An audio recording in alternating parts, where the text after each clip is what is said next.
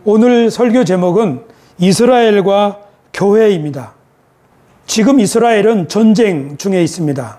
이스라엘 사람들을 유대인 또는 유태인이라고 부르기도 합니다.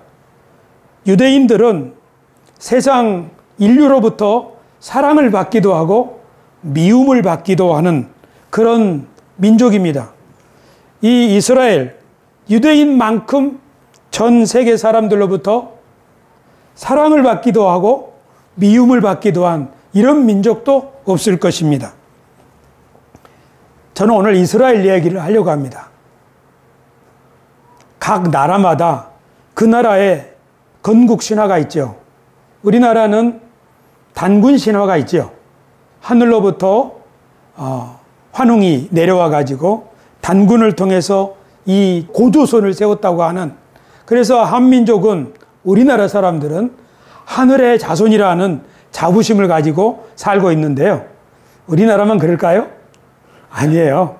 세상 거의 모든 나라들의 사람들이 자기들을 다 천손이라고 생각하며 살고 있어요. 그런데 이스라엘, 유대인들은 어떤 건국 신화, 건국 이야기가 있냐면, 그 조상들이 애굽에서 종살이할 때 모세를 통하여 하나님이 건져내시고 가나안 땅으로 인도하셔서 그들은 함께 유월절을 지키고 하나님이 그 백성과 언약을 맺으셨다고 하는 이 믿음으로 이스라엘, 유대인들은 하나가 되어 있는 나라입니다. 그렇죠. 그런데 이스라엘의 땅, 그 땅은 지금의 중동에 있습니다. 왼쪽 아래는 이집트라고 하는 강대국이 있고요. 또 위에는 고대 히타이트라고 하는 헷 제국이 있습니다.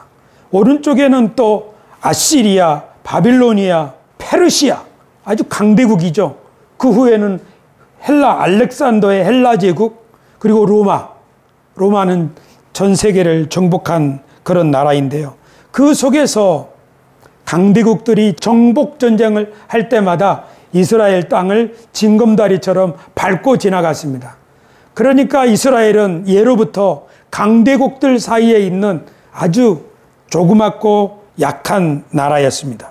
이 중동의 작은 나라 이스라엘을, 그 사람들을 유대인이라고 부르죠. 유대인, 이스라엘, 그것은 사실 같은 나라 사람을 부르는 두 가지 이름입니다. 우리나라 국호는 사실 대한민국이잖아요. 근데 이걸 영어로 말할 때는 코리아라고 그래요. 대한민국에 코리아라는 말은 없어요. 왜냐하면 코리아는 고려에서 온 말이기 때문이죠. 고려시대, 그것은 지금부터 1000년 전에 고려의 창시자 왕건, 왕씨 가문이 고려를 창시했잖아요. 그 고려가 온 세상에 무역을 하다가 보니까 서양 사람들에게는 이 땅에 사는 사람들을 코리아가 된 거지요. 사실 이 대한민국이라고 하는 이름 속에서는 민국은 민주주의 나라라는 뜻이겠죠. 대는 크다는 뜻이고요. 사실은 이 대한민국의 이 한이라고 하는 것은 한반도, 삼한의 나라 할 때 그 한입니다. 그런데 우리나라를 영어로 할 때는 코리아라고 해서 1000년 전에 이름을 가지고 온 거예요. 북한은 뭐라고 공식 명칭이냐면 조선 민주주의 인민공화국. 그러니까 북한은 조선이라는 말을 자기 나라 국호에 넣은 거죠. 우리 남한은 코리아. 그래서 우리 코리아나 조선, 이것은 우리 역사가 우리에게 내려준 이름이라고 볼 수 있습니다. 이스라엘도 마찬가지입니다. 아브라함의 손자 야곱의 이름이 이스라엘로 바뀐 거죠. 그래서 이스라엘은 그 민족을 가리키는 이름이기도 하고 나라를 가리키는 이름이기도 합니다. 그러다가 세월이 오래 지나서 이 나라 사람들이 포로로 끌려가게 됐을 때 그곳에서 살던 그 사람들은 특별히 자기 민족의 정체성을 잃어버리지 않기 위해서 자녀 교육과 애국심을 잘 고취시키면서 살았는데, 그 사람들은 그 이스라엘의 12지파 중에서 유다 지파가 그랬습니다. 그래서 이스라엘 사람들을 유다인 또는 유태인이라고 부르는 거죠. 우리가 지금 성경에서 말할 때 이스라엘 이름은 좀 더 오랜 이름이고 유다인 이것은 좀 더 신선한 또 후대 이름이지만 같은 나라의 백성을 가리키는 이름입니다. 마치 코리아, 조선이 시기적으로 다르지만 우리들의 선조로부터 우리가 물려받은 이름이기 때문입니다. 그런데 이스라엘이 온 세계에 주목을 받는 이유는 우리가 믿는 예수님이 이스라엘의 유대인의 후손으로 태어나셨기 때문이죠. 예수님의 제자들은 유대 땅에서부터 예루살렘과 온 유대와 사마리아와 땅끝까지 복음을 전하기 시작했고, 그래서 예수님을 믿는 기독교회가 처음에는 작은 무리로 시작했지만 점점 많은 사람들에게 전도를 해서 당시 로마 세계의 황제들, 귀족들까지 다 전도를 해버린 거예요. 그래서 로마가 세계를 지배하게 되었을 때 기독교회도 그 기독교 신앙이 유럽 전체로 퍼지게 된 거죠. 그렇지만 예수님은 유대인으로 태어나셔서 이스라엘 땅에서 사셨지만 예수님을 죽인 사람들은 유대인이에요. 예수님을 믿는 사람들을 유대인의 공동체에서 쫓아낸 것도 유대인이에요. 그래서 교회는 유대인 공동체로부터 쫓김을 받았어요. 너희들은 나가라. 이단이다. 그렇지만 이 교회가 전 세계에 이렇게 퍼지게 된 거죠. 그리고 남아있던 유대인들, 이스라엘, 예루살렘, 이 사람들은 로마의 침공을 받아서 예수님이 돌아가신 후에, 예수님이 승천하신 후에 40년이 못 돼가지고 완전히 쑥대밭이 됐어요. 유대인들의 공동체는 예루살렘 성전 중심으로 그들의 모임이 이루어졌는데 성전이 다 무너지고 그리고 젊은 사람들이 다 끌려가고 죽임을 당하고 하니까 이스라엘 사람들은 그때부터 온 세계에 뿔뿔이 흩어져 살게 되었습니다. 이제 역전된 거예요. 그러니까 유대인 공동체 안에서 예수님과 제자들이 소수였죠. 근데 이 소수를 쫓아냈어요. 근데 교회가 로마까지 전도해버리니까 온 세상, 로마 제국 시대에는 온 세상이 예수님을 믿는 사람들의 그 신앙 가운데 살고 있는 거죠. 그 속에 유대인들이 이제 섞여 들어가서 살게 됐어요. 그러니까 어떻게 된 거예요? 유대인들이 봤을 때는 우리가 십자가에 못 박아 죽인 예수님을 온 세상이 하나님의 아들이라고 믿고 따르고 있잖아요. 그 속에 들어가 살게 된 거예요. 그러니 유대인들은 알고 보니까 교회의 원수가 된 것처럼 느껴질 거 아니에요. 그리고 어떤 그리스도인들은, 교회는, 많은 교회의 신자들은 저 유대인들 저것들 예수님을 죽인 사람들이다고 괄시하고 구박하기 시작했습니다. 그래서 서양에서는 오랫동안 유대인들이 증오, 혐오, 미움의 대상이 되었습니다. 영국의 극작가 세익스피어라고 하는 사람이 베니스의 상인이라고 하는 연극 대본을 썼는데 거기에는 악덕 고리대금업자가 나옵니다. 이 사람이 바로 샤일록이라는 인물인데 그 사람을 유대인이라고 그렸죠. 그러니까 어때요? 유대인들은 유럽에서 계속 나쁜 사람들이라는 그런 낙인을, 찍힘을 받고 그렇게 구박을 받았어요. 그래서 그 사람들은 자기들끼리 서로 한 곳에 모여서 지냈죠. 세월이 지날수록 이 사람들은 더 많은 박해를 받았고, 특별히 십자군 전쟁이라고 유럽에 있는 교회가 예루살렘을 회복하기 위하여 이슬람과 전쟁을 벌일 때 그때 수많은 유대인들이 죽임을 당했습니다. 그런데 유럽에서 유대인들이 가장 많이 죽임을 당한 것은 어쩌면 히틀러, 독일의 나치 지도자 히틀러가 홀로코스트라고 인종 말살 명령이에요. 유대인들은 유럽에 있는 모든 유대인들 다 죽여야 한다는 거죠. 역사가들이 말하기를 600만 명이 이때 죽임을 당했다고 합니다. 이렇게 단시간에 한 민족을 싹쓸이 한다면 유대인들은 지구상에서 이제 없어질 법도 한데 유대인들은 생존했어요. 살아남았어요. 그래서 지금 전 세계에 흩어져 있는 유대인들을 다 숫자를 헤아린다면 약 1,500만 명, 우리나라 남한의 인구의 4분의 1 정도가 된다고 합니다. 그리고 어떤 사람들은 유대인 저 사람들은 어떻게 그렇게 핍박을 받고 그렇게 적은 숫자인데도 이렇게 많은 영향력을 미치는 거야 하면서 유대인들에게는 뭔가 특별한 게 있지 않을까 연구하는 사람들도 생겼습니다. 우리나라 교회들에도 유대인 열풍이 불어서 쉐마 교육, 유대인의 자녀 교육, 유대인의 처세술 이런 것이 우리나라 사람들에게도 인기가 있었던 때가 있었습니다. 그렇죠. 그러고 보니까 유대인들은 하나님이 택하신 특별한 민족인가 봐. 그러니까 2000년 동안 나라가 없었다가 1948년 독립을 하게 된 것 아닐까? 하고 이스라엘에 대한 특별한 생각을 가지는 사람들이 생겨나기도 했습니다. 어떤 사람들은 예수님이 재림하실 때 예루살렘에 있는 성전이 다시 세움을 받게 될 것이다. 즉 예루살렘에 새로운 성전이 들어서면 그때 예수님이 재림하실 것이다. 그런 생각을 가지고 예루살렘에 주목하는 사람들이 우리 기독교에는 있기도 했습니다. 특별히 지금 이스라엘 하마스 전쟁이 벌어지고 있는데 지금 헤즈볼라 또 전쟁이 확대되고 있는 것 같아요.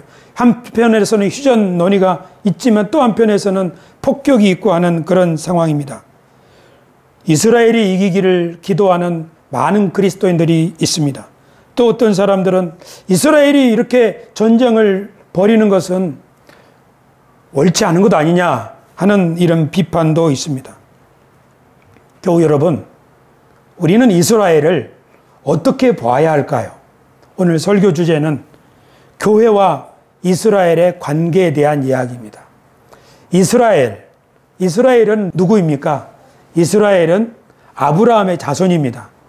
하나님께서 아브라함을 부르셔서 언약을 맺으셨죠. 여러분, 제가 우리 세수만 교회에서 이 설교를 많이 하고 있는데요.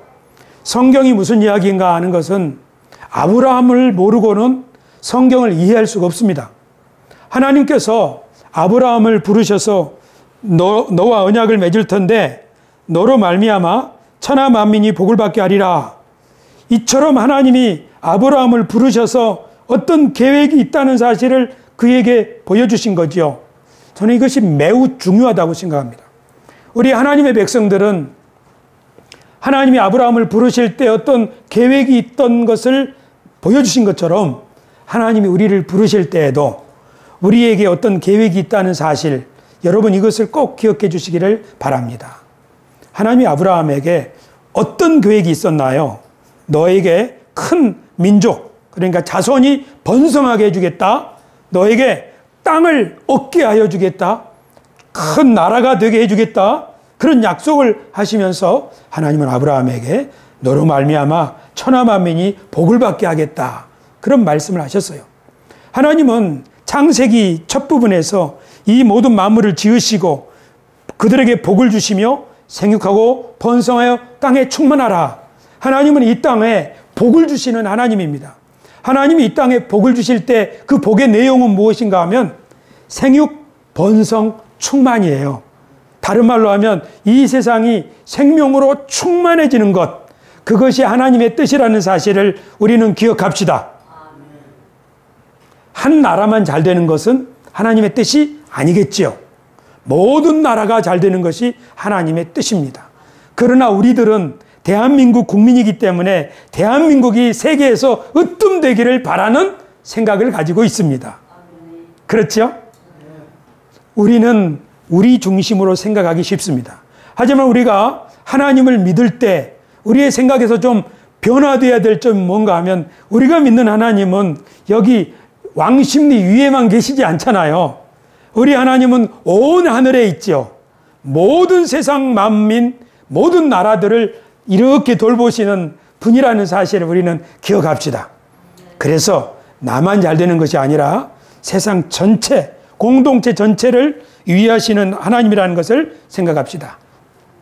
그렇게 보면 하나님이 아브라함에게 세상 모든 만민에게 복을 주기 위하여 내가 너를 불렀다 하셨을 때 하나님이 이렇게 하시는 이유는 첫사람 아담과 하와가 하나님께 배반함으로 에덴 동산을 쫓겨나고 그로 말미암아 죄악이 점점 세상에 가득 차게 되었잖아요. 그러니까 죄악이 가득 차니까 어떻게 됩니까? 하나님께서 물로 세상을 심판하기도 하시죠. 그리고 다시 노아 가족에게 새로운 세상을 열어주셨는데 그들 어떻게 되었습니까? 그들도 서로 치고받고 하더니 바벨탑을 쌓아서 하나님을 대적했지 않습니까? 그러고 나서 세상의 사람들이 뿔뿔이 흩어져서 목자 없는 양같이 살게 된 거예요. 그때 하나님께서 아브라함을 부르셔서 복을 약속하신 것은 어쩌면 아담의 타락, 그로 말미암아 황폐화된 세상을 다시 회복하고 새롭게 창조하시는 일을 시작하시려고 아브라함을 부르셨다는 사실을 우리는 기억할 수 있습니다. 그러므로 하나님의 관심사는 이 세상을 지으신 그분이 이 세상을 돌보기를 원하시고 이 세상을 돌보는 일을 위하여 자기의 형상을 따라 인간을 지으셨으므로 인간은 하나님의 자녀이면서 동시에 하나님의 파트너입니다. 그러니까 이 파트너가 바르게 살면 하나님의 언약을 잘 지키고 그 말씀을 준행하면 하나님의 세상이 번영하겠지만 이 파트너가 하나님을 등지고 배반하면 땅이 망가지는 거지요. 그래서 하나님께서는 사람을 회복하시고 그들을 다시 세워서 그들을 통해서 세상을 회복하기를 원하시는데 그 일을 위하여 하나님이 아브라함을 부르셨고 아브라함의 자손 이스라엘 민족이 저 애굽에 있을 때 다시 그들을 건져내신 다음에 내가 사실은 아브라함에게 이런 약속을 했는데 너희가 아브라함의 자손이지 않냐? 그러니 나와 언약을 맺자. 나는 너희 하나님이 되겠다. 너희를 책임져 주겠다. 그러니 너희는 나에게 제사장 나가 되어서 아브라함의 약속을 세상에 펼치거라. 나는 너희 가운데 들어가 살기 위해서 성막을 지어서 내가 거기 거하겠다. 그리고 나의 뜻이 담긴 율법을 너희에게 주겠다. 그러니 너희가 온 마음으로 나를 섬기고 내 말씀 율법을 준행한다면 너희들은 세상 모든 나라의 머리가 되고 세상 모든 만민에게 모델이 될 것이다. 사람들은 너희 나라를 보고 자기 나라의 제도를 정비할 것이다. 사람들은 너희 나라의 복지 정책을 보고 자기 나라의 복지 정책을 정비할 것이다. 이스라엘의 복지 정책은 율법 안에 다 스며들어 있습니다. 이렇게 해서 하나님께서 그들에게 땅을 주시고 다윗을 통하여 하나님의 성전을 지을 수 있는 모든 준비를 다 하셨죠. 이제 바야흐로 이스라엘은 하나님의 집에 거하여 하나님 앞에서 우리는 다 하나님 앞에 있나이다. 이런 믿음을 가지고 세상 모든 나라를 선도할 모든 지점의 본점이 될 만한 모델 본점, 모델 국가가 될 위치에 서게 됐습니다. 그런데 어떻게 됐습니까? 솔로몬 이후로 유대의 왕들은, 이스라엘의 왕들은 하나님을 배반하고 말았죠. 그래서 호세아 예언자가 이렇게 말했습니다. 오라 우리가 여호와께로 돌아가자. 여호와께서 우리를 찢으셨으나 도로 낫게 하실 것이요 우리를 치셨으나 싸매어 주실 것임이라. 나는 인애를 원하고 제사를 원하지 아니하며 번제보다 하나님 아는 것을 원하노라. 그들은 아담처럼 언약을 어기고 거기에서 나를 반역하였느니라. 예언자가 이스라엘에게 내가 하나님의 말씀을 전하노라 하면서 하나님이 아담에게 에덴 동산을 주시고 그들 가운데 거하셨지만 아담이 반역하지 않았느냐. 마찬가지로 너희가 짓지 아니하는 집, 너희가 가꾸지 않은 포도원 너희에게 주고 이 멋진 땅을 주어서 내가 너희 가운데 들어와 살려고 집도 지었는데 아담처럼 너희가 나를 배반하지 않았느냐. 그래서 이스라엘 백성들이 사방에 뿔뿔이 흩어지는 포로가 되었다고, 그리고 열방의 비웃음거리가 되었다고 예언자들이 책망을 했죠. 그 이후로 예수님이 오셔서 보니까 예루살렘 성전이 있는 그곳의 지도자들이 똑같이 성전을 장사하는 사람들이 더럽히는데도 내버려 두고 그들은 하나님을 향한 진실한 믿음도 망각해버리고 나니까 지도자들이 그러니까 일반 백성들은 어떤 희망이 있겠습니까? 오늘 우리 이장로님께서 대통령을 비롯한 지도자들을 위해서 기도해 주셨는데요. 정말 우리가 지도자들을 위해서 기도해야 되는 이유는 지도자들이 부패하면 그 나라는 희망이 없죠. 그러나 지도자들이 깨어난다면 그 나라는 정말 좋아지게 될 것입니다. 예수님께서는 3년 6개월의 공생의 기간 동안 가난한 사람들을 살리시고 병자를 고치시고 이렇게 하셨지만 결국 가장 중요한 마지막 순간에 예루살렘에 올라가셔서 성전을 정화하시고 그리고 성전의 지도자들에게 대적하셨죠.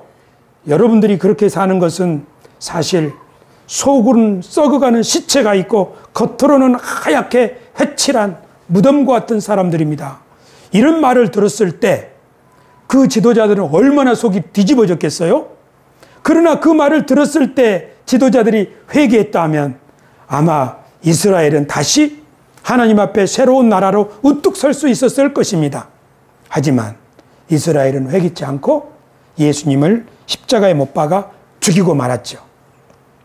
그래서 예수님의 제자들이 복음을 전할 때 이스라엘 백성들에게 자꾸 너희가 예수님을 십자가에 못 박아 죽였지만 하나님이 다시 살리셨으니 죄를 회개하고 예수님을 믿으라고 복음을 전했죠. 그런데 어떻게 됩니까? 많은 유대인들이 일부는 돌아오지만 많은 사람들이 돌아오지 않는 거예요.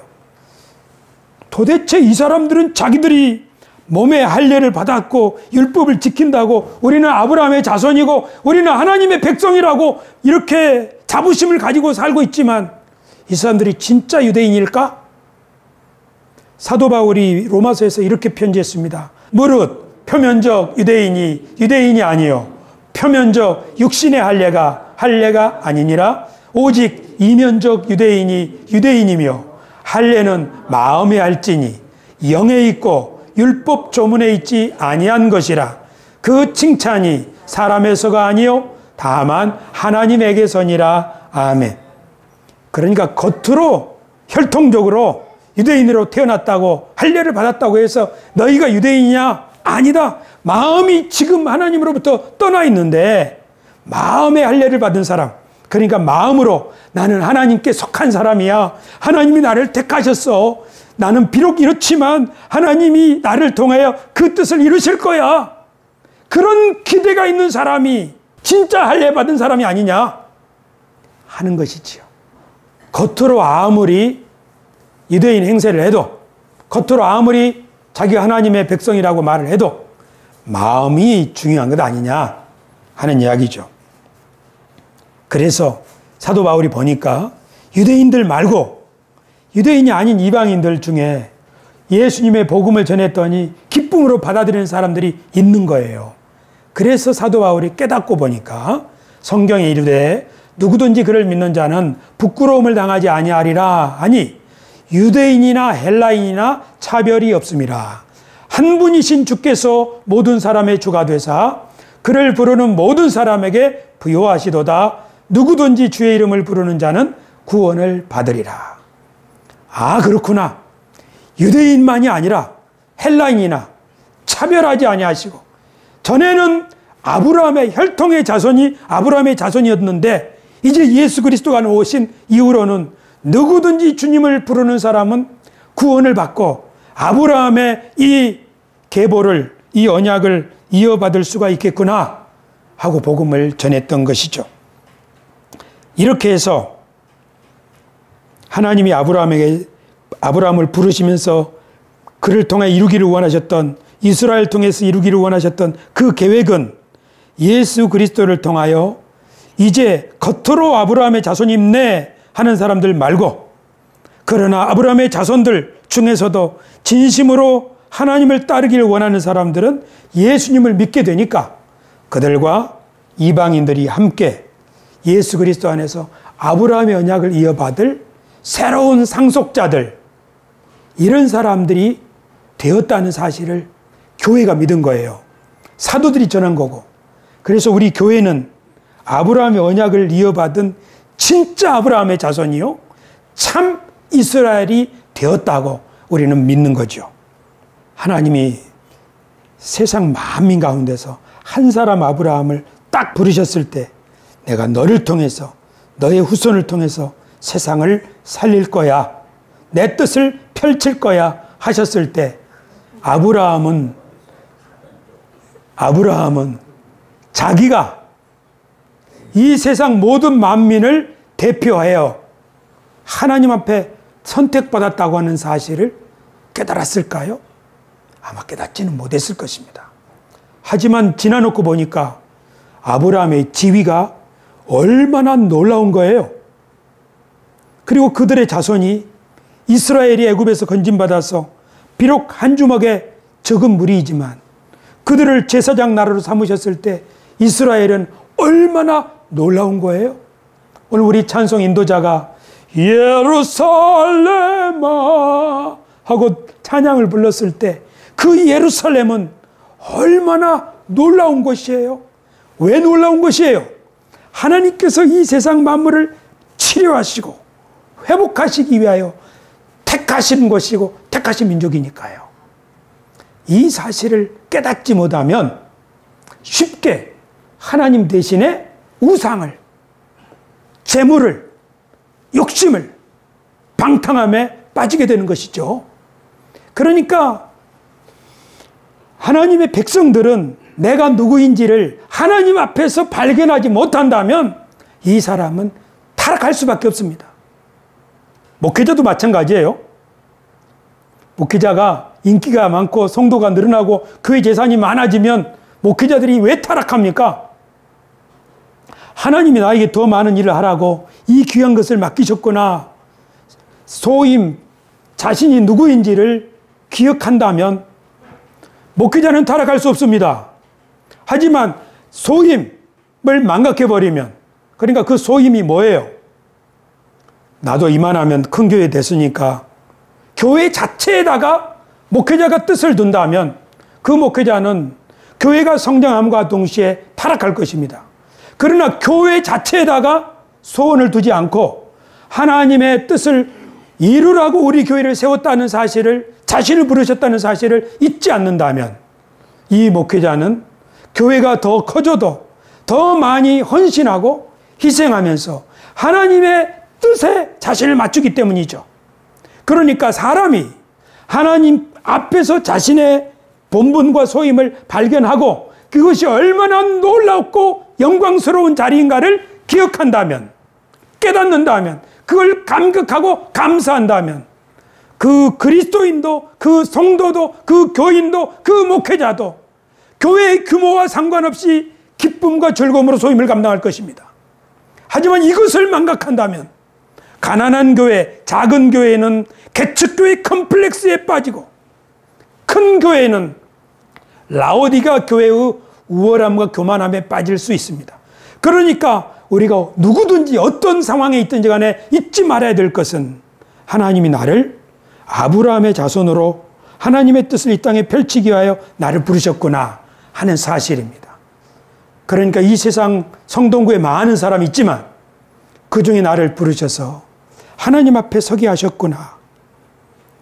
이 사실을 믿는 사람, 하나님 나는 아무것도 할 수 없어요. 마치 자식을 75세, 90세 되도록 자식을 낳지 못했던 아브라함과 사라처럼 나는 가진 것도 없어요. 하지만 하나님 나를 통해서 무슨 일을 하시겠어요? 하나님께서 아브라함을 왜 의롭다 여기셨나요? 내가 너를 통하여 이 계획을 이루리라 할 때 아브라함이 하나님을 믿으니 하나님이 이것을 그에게 의로 여기셨다고 말씀하셨어요. 이게 믿음이에요. 그러니까 우리들은 교회에 와서 내가 얼마나 하나님 앞에 헌신했는가, 내가 하나님의 성경을 얼마나 아는가, 그것은 별로 중요하지 않아요. 진짜 중요한 건 뭐예요? 사람이 하나님을 알면 얼마나 알겠어요. 사람이 하나님께 물질을 받지만 하나님이 얼마나 감동하겠어요. 온 세상이 하나님 건데. 그러나 하나님이 감동하시는 때가 있어요. 언제냐면 자기 몸이 죽은 것 같고 자기 아내도 아이를 낳지 못해서 죽은 것 같은데 하나님이 말씀하셨으니 그것을 이루시겠다고 그거를 믿음으로 받아들이는 거. 이럴 때 하나님께서는 기뻐하시는 거죠. 할렐루야. 여러분, 오늘 우리는 이스라엘이 어디 있느냐? 어떤 사람들은 이스라엘을 너무너무나 떠받들기도 해요. 어떤 사람은 이스라엘을 부럽게 생각하기도 해요. 그러나 그럴 것이 아니에요. 진짜 부러워야 될 사람은 누군가요? 아브라함의 언약을 믿음으로 받아들인 사람. 이 사람이 진짜 뿌듯한 사람이에요. 지금 이스라엘은 전쟁 벌이고 있으면서 하나님의 뜻을 이어받지 못하고 있잖아요. 그러나 지금 이 세상의 어떤 그리스도인들은, 우리 세수만 교회를 포함하여 많은 그리스도인들이 혈통적으로는 아브라함의 자손이 아니지만 예수님을 통하여 하나님께서 우리를 부르셨으니 하나님의 뜻을 이루실 것이다. 그러니 나는 하나님이 말씀하신 바를 순종할 것이다. 그렇게 사는 사람이 있다면 이 사람은 참 아브라함의 자손이요 참 이스라엘이 된 줄로 믿습니다. 그렇게 아브라함의 자손이 된 사람들, 그 사람들은 성찬식에 임합니다. 그러나 옛날 이스라엘도 하나님의 언약을 기억하기 위해서 유월절 식사를 했습니다. 사실 유월절 식사가 성찬식으로 된 거예요. 예수님이 제자들과 함께 잡히시기 전날 밤에 제자들이 말하기를, 주여 우리가 유월절 식사를 어디서 먹기를 원합니까? 하고 저녁 식사를 준비했는데 그 식사가 우리들이 말하는 성찬식이에요. 근데 이 식사의 원래 이름이 바로 유월절 식사였던 거죠. 옛날 유월절 식사는 거기에 고기도 있고 쓴나물도 있고 무교병도 있고 이렇게 했어요. 이스라엘 사람들은 지금도 이렇게 유월절 식사를 하고 있습니다. 그리고 우리는 이 빵 쪼가리하고 포도주 조그만 한 잔. 이스라엘은 지금도, 유대인들은 지금도 유월절 식사를 하고 있습니다. 지금 우리 성찬식 하고 있습니다. 어떤 것이 더 진짜예요? 유월절 식사가 진짜요? 성찬 식사가 진짜요? 성찬 식사가 진짜죠? 왜냐하면 예수님이 세웠으니까. 그럼 이건 누가 세웠죠? 이거 하나님이 주신 거잖아요. 모세를 통해서. 오늘 설교를 잘 들으신 분은 깨달을 텐데 아까 그런 얘기 했죠. 표면적 유대인이 아니요. 할례는 마음에 할지니. 그러니까 이 식사가 하나님께서 우리를 통하여 주님의 뜻을 이루기 위하여 우리를 언약의 백성으로 부르신 식사니 나는 하나님만을 섬기고 그리고 하나님 뜻 순종할 거야. 그런 마음을 가지고 유월절 식사를 먹는다면 이 식사는 진짜예요. 성찬식도 마찬가지예요. 예수님이 우리를 자신의 피로 하나님과 언약을 맺는 사이가 되게 하셨으니 하나님이 아브라함을 통해서 약속하신 것이 예수님을 통해서 이루어지고 예수님의 그 약속은 우리를 통해서 이루어지게 될 거야. 그러니 내가 비록 조그만한 빵 한 쪼가리 그리고 조그만한 잔 한 잔이지만 이 식사는 배부르라고 먹는 식사가 아니고 하나님 앞에 내가 그분의 언약 백성이 된다고 하는 식사니 이 식사를 통해서 나는 하나님만을 섬길 거야. 그리고 하나님의 뜻에 순종할 거야. 결과는 어떻게 될지 몰라. 하지만 하나님이 그 계획하신 바를 이루실 거야. 그런 믿음을 가지고 식사에 이 성찬에 임하면 이것은 진짜예요. 이 식사도 진짜가 될 수 있어요.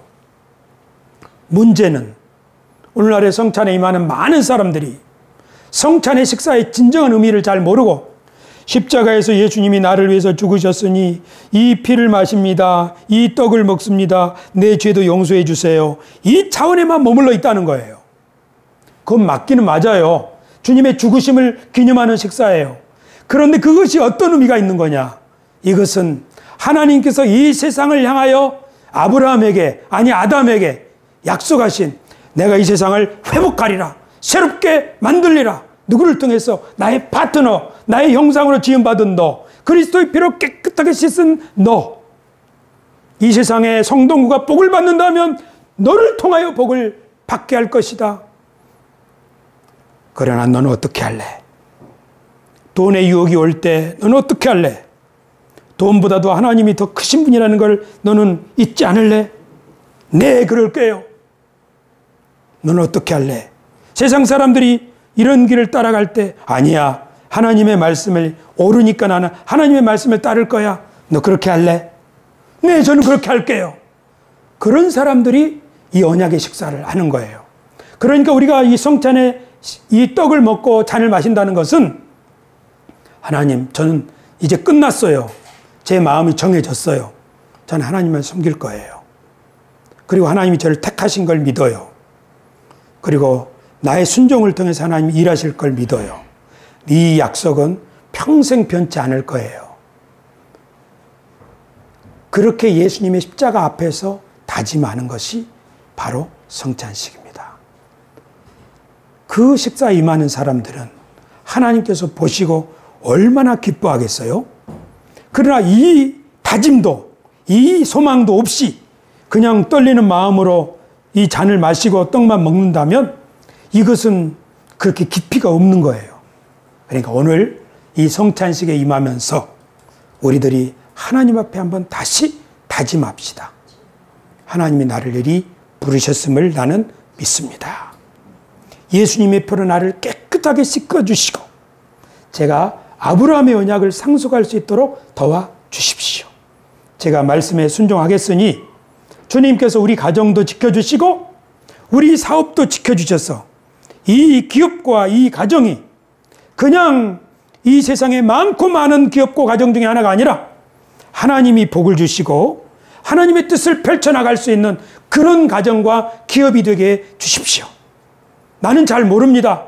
그러나 하나님께서 인도해 주실 줄 믿습니다.